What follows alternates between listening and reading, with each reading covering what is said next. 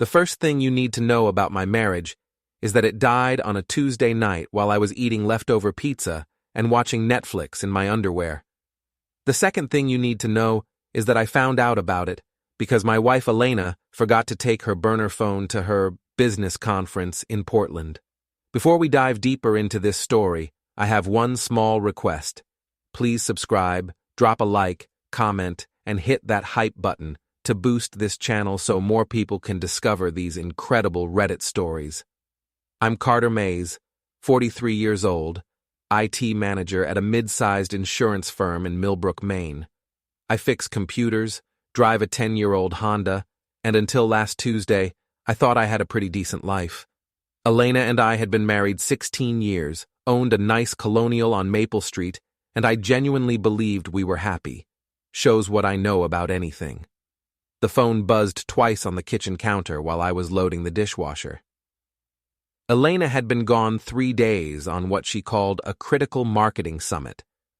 I almost ignored it, but the screen lit up with a text preview that made my blood freeze. Can't wait to taste you again tomorrow night. Room 412. Jay. I stood there for a full minute, pizza grease still on my fingers, staring at that phone like it was a live grenade. Then it buzzed again. Bring the red lingerie I bought you. You looked incredible last time. My hands were shaking when I picked up the phone. No passcode. Elena always said she had nothing to hide. The irony wasn't lost on me as I scrolled through 3 months of messages that painted a very clear picture of my wife's extracurricular activities. Jay turned out to be Julian Cross, some hotshot creative director at a competing marketing firm in Portland. The photos they'd exchanged left nothing to my imagination. The plans they'd made for their future together, including leaving their respective spouses, were laid out in explicit detail. I was still standing in my kitchen in my boxers, holding evidence of my marriage's destruction, when I heard Elena's car in the driveway. She walked in with her usual confidence, designer heels clicking on the hardwood, pulling her rolling suitcase behind her. Hey honey, I'm back early. The conference wrapped up ahead of schedule. How was Portland? I asked, still holding her phone. She froze when she saw it in my hands. For just a second, her composed mask slipped, and I saw something that might have been panic. Then the mask snapped back into place. Carter, what are you doing with my phone? Learning about your conference activities.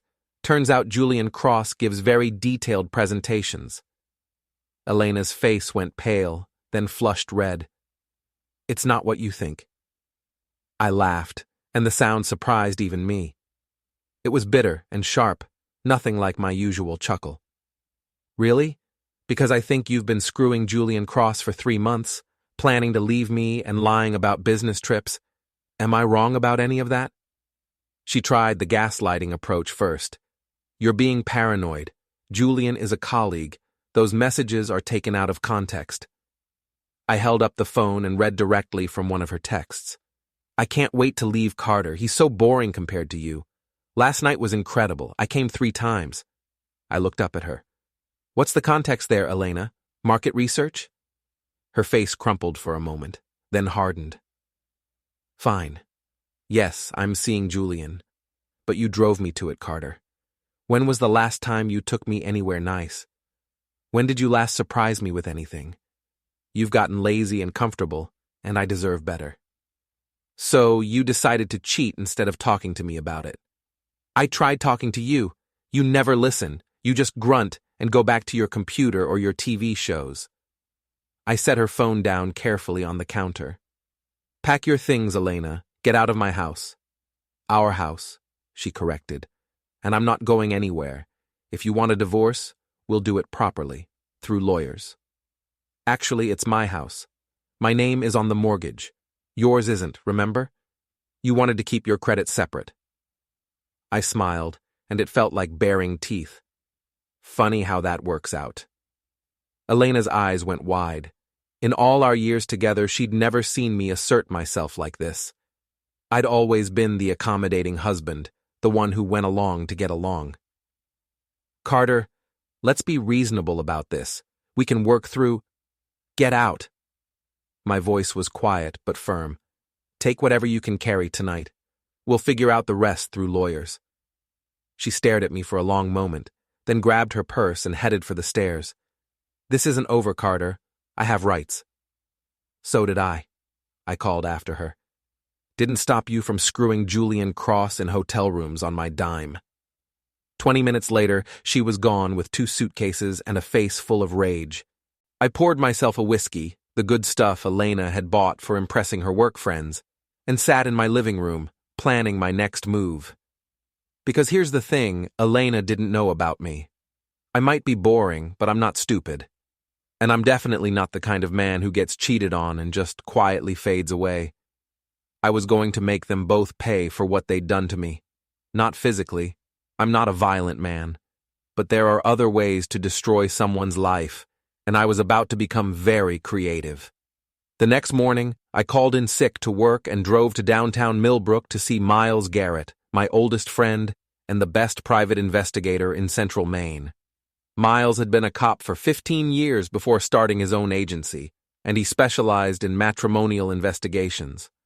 Lucky me. His office was above a coffee shop on Main Street, a cramped space filled with filing cabinets and computer equipment. Miles looked up when I walked in, took one look at my face, and reached for his coffee pot. "Elena?" he asked, pouring me a cup without waiting for an answer. "How'd you know?" "You look like every other cheated-on husband who's walked through that door. Plus, I saw her having lunch with some pretty boy at Marcello's last week. Didn't look like a business meeting." I filled him in on everything. The phone, the messages, Julian Cross, the whole sordid story. Miles took notes and nodded in all the right places. "So what do you want from me?" he asked when I finished. "Everything. Julian's background, his finances, his habits, his weaknesses. Elena's too. I want to know every secret they've got." Miles leaned back in his chair. "Carter, I've known you since high school. You're not the revenge type. You sure you want to go down this road? They made the choice for me when they decided to humiliate me behind my back. I'm just evening the score." "All right. But we do this clean. No breaking and entering, no illegal surveillance, nothing that'll get us arrested. I've got a license to protect." "Agreed. But I want them destroyed, Miles. Professionally, socially, financially. I want them to regret the day they decided to mess with Carter Mays." Miles grinned. "Now you're talking my language. Give me a week."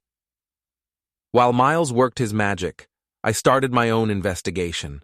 I'd been managing computer networks for 20 years, and I knew how to find information online. Julian Cross had a significant digital footprint, and most of it painted him as exactly the kind of guy I'd expected: arrogant, flashy, and careless with his personal information. He lived in a trendy loft apartment in Portland's Arts District, drove a white Tesla Model S, and had a social media presence that screamed, "Look at me." His Instagram was full of expensive restaurants, craft cocktails, and photos of himself working out.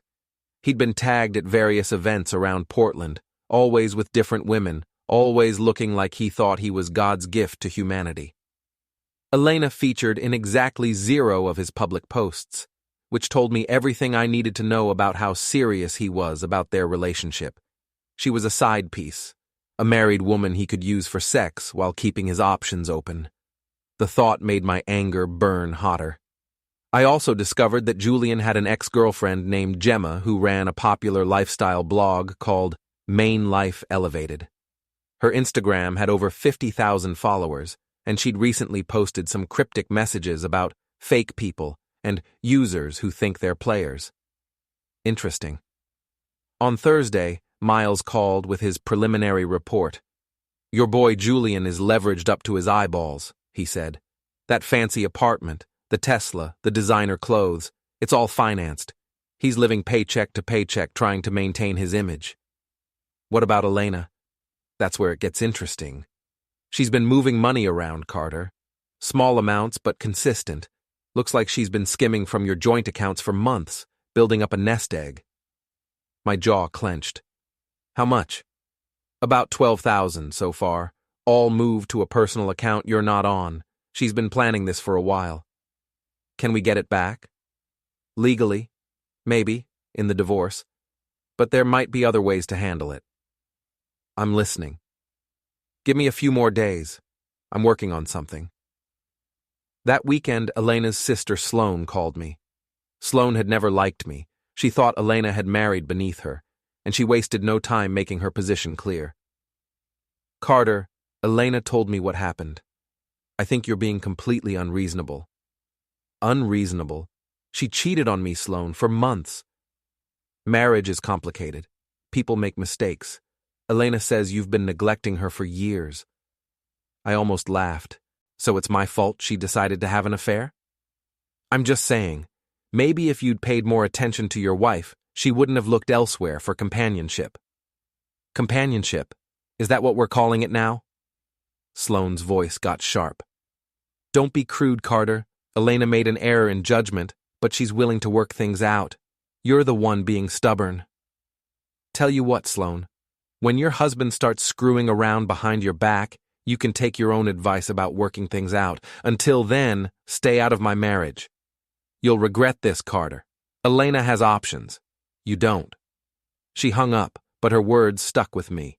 Elena had options, and she had allies, people who would take her side and paint me as the bad guy. I was going to need allies of my own. That's when I remembered Doreen Walsh, our neighbor across the street. Doreen was 72, retired, and spent most of her time walking her ancient beagle around the neighborhood. She saw everything that happened on Maple Street, and she loved to talk about it. I found her in her front yard that Sunday afternoon, deadheading roses. Carter, how are you holding up, dear? I saw Elena leave with those suitcases the other night. We're getting divorced, Doreen. She was having an affair. Doreen's eyes lit up with the kind of excitement that only comes from premium neighborhood gossip. I knew something was going on. All those late nights, the new clothes, the way she started parking in the garage so I couldn't see when she came and went. You noticed all that? Honey, I've been watching this street for 40 years. I know when someone's up to no good. That woman's been acting guilty for months. Would you be willing to testify to that? In divorce proceedings, I mean? Absolutely. Elena always thought she was too good for this neighborhood anyway. About time someone knocked her down a peg. By Sunday night, I had a plan forming. Elena and Julian thought they were dealing with boring, predictable Carter Mays. They were about to learn how wrong they were. Miles called Monday morning with news that made me smile for the first time in a week. I found Julian's weakness, he said. Remember that ex-girlfriend with the blog, Gemma Richardson? Turns out she's still got it bad for our boy, and she's not happy about being dumped. How do you know? I may have struck up a conversation with her at a coffee shop, bought her a latte, listened to her vent about her ex. She's got photos, Carter, lots of them, including some that would be very embarrassing if they went public. What kind of photos? Let's just say Julian likes to document his conquests, and he's not always careful about who he shares them with. I felt a cold satisfaction settling in my chest. Can we get copies? Already done. Gemma was very cooperative once she learned Julian was cheating on his current girlfriend with a married woman. Apparently that hit a nerve. Perfect. What else? Elena's been busy too. She took a personal day Friday and spent it apartment hunting in Portland. Looks like she's planning to move in with lover boy. Over my dead body. That's the spirit. So what's our first move? I'd been thinking about that all weekend. We start with Julian's reputation. That seems to be what he values most. I'm listening. His company is Pinnacle Creative, right? They do marketing for high-end clients, restaurants, boutiques, that kind of thing. Image is everything in that business. True. What are you thinking? I'm thinking Julian's clients might be interested to know what kind of man they're trusting with their brand image. Miles was quiet for a moment. That's actually brilliant and completely legal. I've learned a few things about reputation management over the years. Time to put that knowledge to use. That evening, I created several anonymous email accounts and began crafting messages to Julian's biggest clients. I didn't lie or make false accusations. I simply shared publicly available information about his character and judgment. To the owner of Portland's most exclusive restaurant. I thought you should know that your marketing director, Julian Cross, has been conducting an affair with a married woman and documenting their encounters on social media. Is this the kind of judgment you want representing your family establishment? To the boutique that hired him to attract upscale female customers. Julian Cross has been sharing intimate photos of women without their consent. Several of his ex-girlfriends are considering legal action. You might want to reconsider your association with him. I sent similar messages to 6 of his major clients, each one factual and devastating. Then I sat back and waited. The results were better than I'd hoped. By Wednesday, Julian had lost 3 clients, and word was spreading through Portland's tight-knit creative community that he was bad news. His Instagram posts, once confident and boastful, became defensive and angry. But the real satisfaction came when Elena called me, furious. "What did you do?" she demanded. "I have no idea what you're talking about.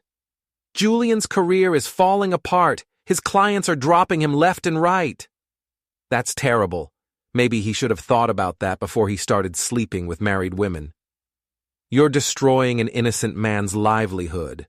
I laughed, and this time it felt good. "Innocent? Elena, he's been screwing my wife for 3 months. That's not exactly innocent behavior." "This is harassment, Carter. I'll call the police." "Go ahead. I haven't done anything illegal. I've just shared some information with people who have a right to know about Julian's character." She was quiet for a moment. Then her voice got dangerous. "You think you're so smart, but you have no idea what you're dealing with. Julian has friends, Carter. Important friends. And I have information about you that could ruin your career, too." "Such as?" "That little side business you've been running, fixing computers for cash under the table. The IRS might be very interested in that unreported income." My blood went cold. She was right. I'd been doing freelance IT work for years, and I hadn't always been perfect about reporting every dollar. It wasn't a lot of money, but it could cause problems. "You'd really do that? Destroy me financially just to protect your boyfriend?" "You started this war, Carter. Don't cry when you start losing battles." She hung up, and I sat in my kitchen, realizing that Elena was more dangerous than I'd given her credit for. She was willing to play dirty, which meant I needed to be ready to do the same. I called Miles immediately. "We need to escalate," I told him. "Elena's threatening to come after my business. Time to take the gloves off." "What do you have in mind?" "Remember that money she's been moving around? I want it back, all of it, plus interest." "Carter, if we're going to play hardball, we need to be very careful. One mistake and we could both end up in jail." "Then we don't make mistakes. How quickly can you get me everything you have on both of them?" "Give me until tomorrow night. And Carter? Once we cross this line, there's no going back. You sure you want to do this?" I thought about Elena's threat, about Julian's smug face in those photos, about the way they'd both betrayed me and then tried to make it my fault. "I'm sure," I said. "It's time to show them what happens when you mess with Carter Mays." Thursday brought unexpected reinforcements. I was having lunch at Murphy's Pub when Mick Sullivan, the bartender, slid into the booth across from me. "Heard you're having some trouble with the missus," he said without preamble. Mick was one of those guys who knew everything that happened in Millbrook. He'd been tending bar for 30 years, and people told him things they wouldn't tell their priests. "Word travels fast," I said. "Elena's been in here twice this week, crying into her wine about how unfairly you're treating her. Real sob story about her poor boyfriend losing his job because of your jealousy." "And you believed her?" Mick snorted. "Hell no. I've seen that woman in action. She's been coming in here for months with different guys, always when she thought no one from the neighborhood would see her. Your boy Julian wasn't the first, Carter, just the most recent." I set down my beer carefully. What are you saying? I'm saying your wife's been cheating on you for at least a year, maybe longer. Julian's just the one who got caught. The revelation hit me like a physical blow. I'd thought Julian was a mistake, a moment of weakness that had grown into something more. But Elena had been systematically betraying me for months, maybe years. Why are you telling me this? Because Elena's been bad-mouthing you all over town, trying to make herself look like the victim. And because I've always liked you, Carter. You're a straight shooter, she's not.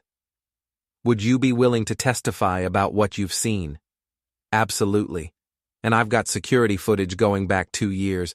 Amazing what people do when they think no one's watching. I shook Mick's hand, feeling like I'd just gained a crucial ally. But my good mood didn't last long. That afternoon, my boss Dave called me into his office. Dave Henderson was a decent guy who'd always treated me fairly, but he looked uncomfortable as I sat down.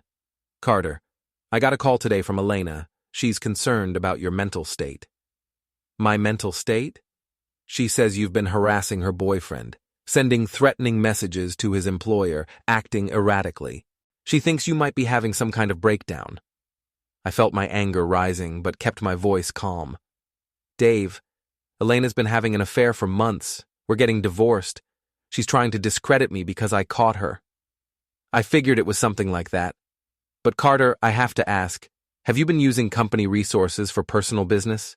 Elena mentioned something about you using our systems to investigate her. I used my own laptop, on my own time, from my own home. I've never mixed company business with personal issues. Dave looked relieved. Good. That's what I told her. But Carter, be careful. A messy divorce can affect your work, and I need you focused. Understood. Thanks for having my back, Dave. Just keep your nose clean, all right? Elena sounded like she was looking for ammunition. As I drove home, I realized Elena was already implementing her strategy. Isolate me, discredit me, make me look like the unstable one. She was smarter than I'd given her credit for, and more ruthless. But two could play that game. That evening, Miles came by with a thick folder and a grim expression. This is everything I could dig up on both of them, he said, spreading documents across my kitchen table. And Carter, some of this is pretty ugly. How ugly? Julian's got a history of this. 3 previous relationships that ended when he got caught cheating. One woman filed a restraining order against him for harassment. Another one accused him of stealing money from her purse. What about Elena? Miles hesitated. You sure you want to know? Tell me. She's been planning this for over a year. The affair with Julian started 8 months ago, but she's been moving money, copying documents, even consulting with a divorce attorney since last Christmas. I stared at him. She's been planning to leave me since Christmas? It gets worse. She's been building a case against you, documenting every argument, every time you had a beer with dinner, every weekend you spent working on the house instead of taking her out. She's got a whole file on you, Carter. The betrayal was complete. While I'd been living my life, thinking we were happy, Elena had been systematically planning my destruction. There's more, Miles continued. She's been telling people you're controlling, that you monitor her phone and computer, that you've threatened her physically. That's complete bullshit. I know that, and you know that. But she's got witnesses, her sister, some friends from work, even your neighbor, Mrs. Patterson. Mrs. Patterson barely knows me. Elena's been working on this for months, Carter. She's been setting you up to look like the bad guy so she can take you for everything in the divorce. I sat back in my chair, overwhelmed by the scope of Elena's deception. She hadn't just cheated on me. She'd been waging a psychological war against me for months, without me even knowing it. So what do we do? I asked.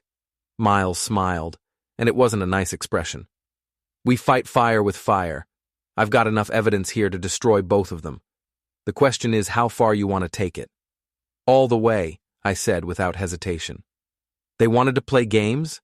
Let's show them what happens when they mess with someone who's got nothing left to lose. All right then, here's what we're going to do. Miles laid out a plan that was elegant in its simplicity and devastating in its potential impact. We were going to use Elena's own tactics against her, turn her allies into enemies, and expose every dirty secret she and Julian had. By the time he left that night, I felt like a different person. The hurt, betrayed husband was gone, replaced by someone harder and more focused. Elena had made me into her enemy, and she was about to learn what a dangerous mistake that had been. The war was just beginning. The annual Millbrook Fall Festival was the perfect stage for what I had planned.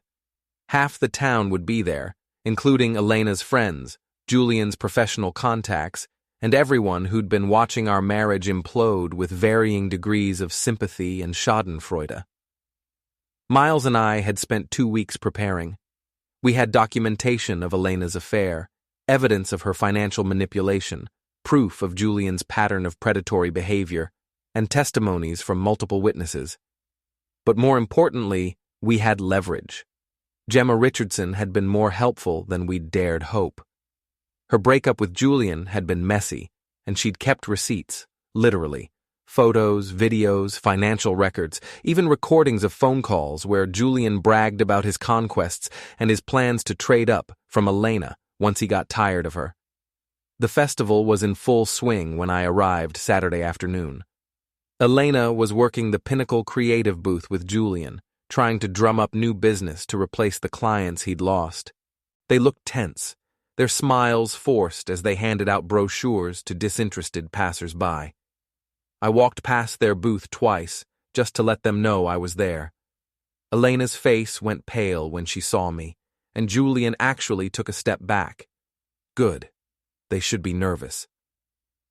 My first stop was the information booth where Sloane was volunteering. Elena's sister had been one of her most vocal supporters, spreading the narrative that I was an abusive, controlling husband who'd driven Elena into another man's arms. "Hello, Sloane," I said pleasantly. "Beautiful day for the festival." She looked up from her clipboard with barely concealed hostility. "Carter, I'm surprised to see you here." "Why? This is my town too. I've lived here longer than Elena has." "Elena told me you've been harassing her. That's not the Carter I thought I knew." I smiled. "You're right. The Carter you knew was a pushover who let people walk all over him. That Carter's gone." "What's that supposed to mean?" I leaned closer, lowering my voice so only she could hear. "It means I know about Elena's other affairs, Sloane. Not just Julian. The others. The bartender in Portland, the contractor who worked on our kitchen, that salesman from her conference in Boston. Did she tell you about all of them, or just Julian?" Sloane's face went white. "You're lying." "Am I?" "Ask Mick Sullivan. He's got security footage going back 2 years. Your sister's been busier than you think." I walked away, leaving Sloane staring after me with her mouth open. The first crack in Elena's support system was forming. My next stop was the beer tent, where I found several of Julian's former colleagues drowning their sorrows. Word had spread through Portland's creative community that Julian was toxic and his reputation was in free fall. "Carter Mays," I introduced myself to a group of advertising executives. "I believe you know my wife Elena and her boyfriend Julian Cross." One of them, a woman named Patricia, nodded grimly. "We know Julian. Used to work with him before his issues came to light." "What kind of issues?" "Harassment mainly. Several women have come forward about his behavior. Inappropriate comments, unwanted advances, sharing private photos. The man's a predator." I nodded sympathetically. "Elena's been trying to convince people that I'm the problem in our marriage. But it's hard to be objective when you're in love with someone, isn't it?" "Your wife's in love with Julian Cross?" Patricia looked disgusted. "She might want to reconsider. Word is he's got serious financial problems, too. Owes money all over town." "Really? Elena's been very secretive about their relationship. I had no idea he was in financial trouble." By the time I left the beer tent, Julian's reputation had taken another hit. The advertising community was small and gossipy, and by evening everyone would know that Elena Mays was involved with a man who was both a sexual predator and financially irresponsible. But the real show was about to begin. At 4 o'clock, the festival's main stage hosted a community spotlight segment where local businesses could present their services. Julian had signed up weeks earlier, back when he still had clients and confidence. I positioned myself in the crowd as Julian took the microphone, Elena standing supportively beside him. He launched into his prepared presentation about Pinnacle Creative's innovative marketing solutions, but I could see the sweat on his forehead, the way his eyes kept darting through the crowd looking for threats. Halfway through his presentation, I started applauding loudly. "That's great, Julian. Tell them about your innovative approach to client relationships." Julian stumbled over his words, thrown off by the interruption. Thank you, as I was saying, especially your hands-on approach with married clients," I called out. "Very personal service." The crowd was starting to murmur, sensing drama. Elena grabbed Julian's arm, whispering urgently in his ear. But Julian's ego wouldn't let him back down. "Sir, I don't know what you're implying, but—" "I'm not implying anything," I said, stepping forward so everyone could see me. "I'm stating facts. You've been sleeping with my wife for 8 months. You've been planning to help her steal my assets in our divorce, and you've been bragging about it to anyone who'll listen." The crowd went dead silent. Elena's face was bright red, and Julian looked like he was about to faint. That's not true," Julian stammered into the microphone. "Really?" I pulled out my phone and held it up. "Because I have recordings of you describing exactly what you plan to do to me. Would you like me to play them for everyone?" Julian stepped back from the microphone, but I wasn't done. "Elena," I called to my wife, "would you like to tell everyone how long you've been planning this? Or should I share the timeline Miles put together from your financial records?" Elena finally found her voice.